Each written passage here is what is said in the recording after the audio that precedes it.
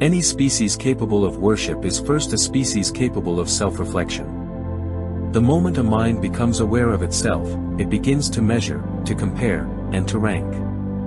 What am I? What matters? What stands above me, and what lies beneath? These questions do not arise in a vacuum. They are asked from within a body, a psychology, a social order. Inevitably, the self becomes the reference point from which meaning is constructed. From this condition emerges the logic of deity making.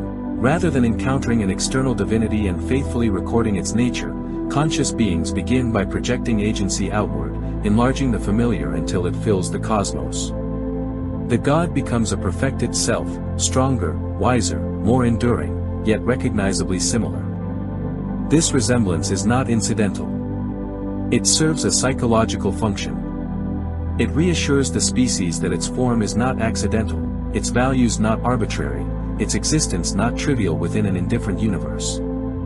To imagine a God in one's own likeness is therefore a declaration, however unspoken, of self-importance. It says, our way of being is not merely one possibility among many, it is the template of ultimate reality. The deity becomes a cosmic endorsement, a metaphysical mirror that reflects back the species' own image, now imbued with authority and permanence. Worship, in this sense, is less an act of humility than a strategy of elevation. This logic extends naturally beyond humanity.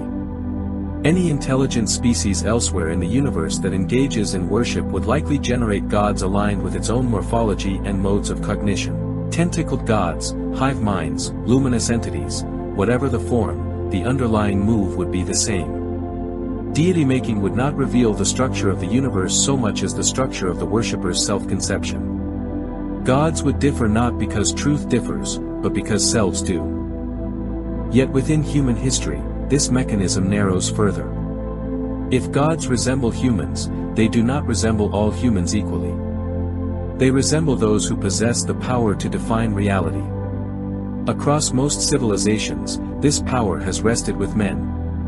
Men controlled literacy, ritual authority, lawmaking, and myth production. They authored the stories that explained existence. As a result, when divinity was given form, voice, and will, it bore the imprint of male experience. Male gods are not the product of abstract reasoning alone, they are the projection of social hierarchy upward. In patriarchal societies, men are positioned as the default humans, while women are treated as derivative, symbolic, or secondary. Once that hierarchy is normalized, the leap to a male god becomes almost inevitable. Authority already appears masculine, divinity merely confirms it. The male god does not create male dominance, he sanctifies it.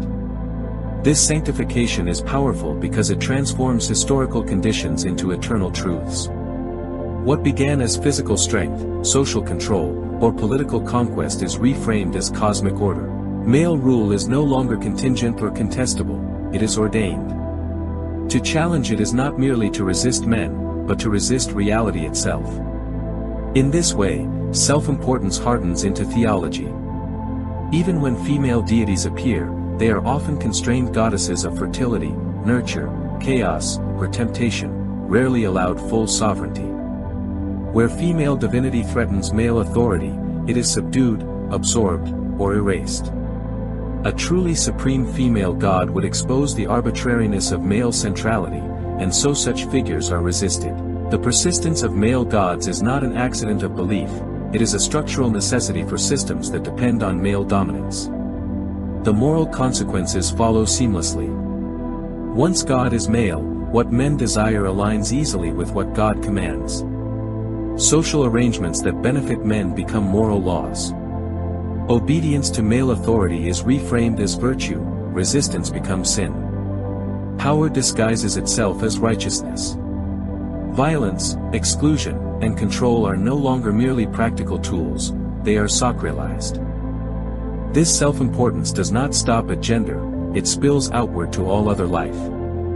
When gods are imagined in human form and declared supreme, humanity inherits that supremacy by resemblance.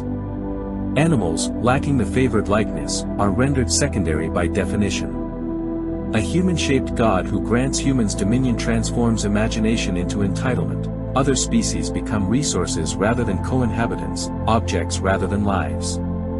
The suffering of animals through exploitation, confinement, slaughter, and indifference, is thus not merely economic or practical, it is metaphysical.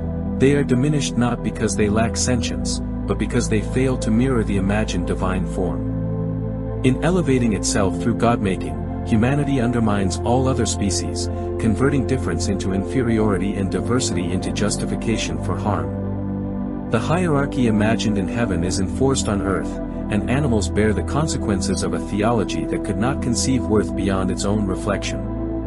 Notably, when human thought begins to confront its own limitations, gods begin to lose their faces. Abstract theologies emerge, formless, unknowable, impersonal principles that resist likeness. This movement often signals a quiet reckoning with self-importance.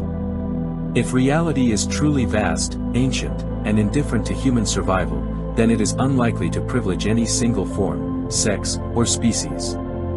To abandon the image is to relinquish the fantasy of centrality. Yet this relinquishment is deeply unsettling. A God without likeness offers no flattering reflection. It provides no assurance that our form is best, our rule justified, or our values universal. This is why critiques of anthropomorphic and male gods are so often met with outrage rather than argument. What is being defended is not merely belief, but identity and power. Seen clearly, deity-making reveals less about the divine and more about those who imagine it. Gods in human form announce humanity's refusal to accept insignificance.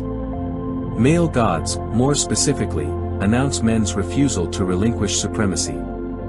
They are not discoveries etched into the fabric of the universe, they are declarations projected onto it. In the end, the unsettling possibility remains, that gods are not evidence of transcendence, but mirrors enlarged to cosmic scale. And the clearer the likeness, the louder the confession, not of divine truth, but of who once had the authority to declare their own image the highest image imaginable.